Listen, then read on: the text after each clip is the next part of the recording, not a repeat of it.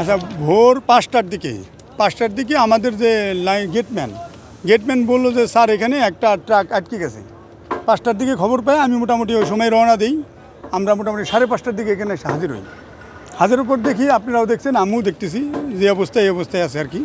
তা আসার পরে তখন থেকে আমাদের কাজ চলমান। তখনই ফোন করে আপনার রেকার আনছি, হাই ওসিরা আসছে, তারপরে বেঙ্গল থানার পুলিশরা আসছে, সবাই হেল্প করছে আর কি। তারপরে আসার পর রেকার আনার পরে রেল টেল সব পেঁচায় গোছাইছিল, তো ওগুলো আস্তে আস্তে একটা একটা করে একটা রেল বার করছি। তারপরে আমার ইটা বার করছি, ওই বেকু যেটা ঘুরাই স্ট্যান্ডটা, ওটাই বের করছি। তারপরে হলো আমার ওই রেকার দিয়ে ট্রেনটা টান দিয়ে, মানে ট্রাকটা টান দিয়ে এখন আমার লাইন ক্লিয়ার হয়েছে আর কি। তাতে আমার 10টার সময় লাইন ফিট হয়ে গেছে।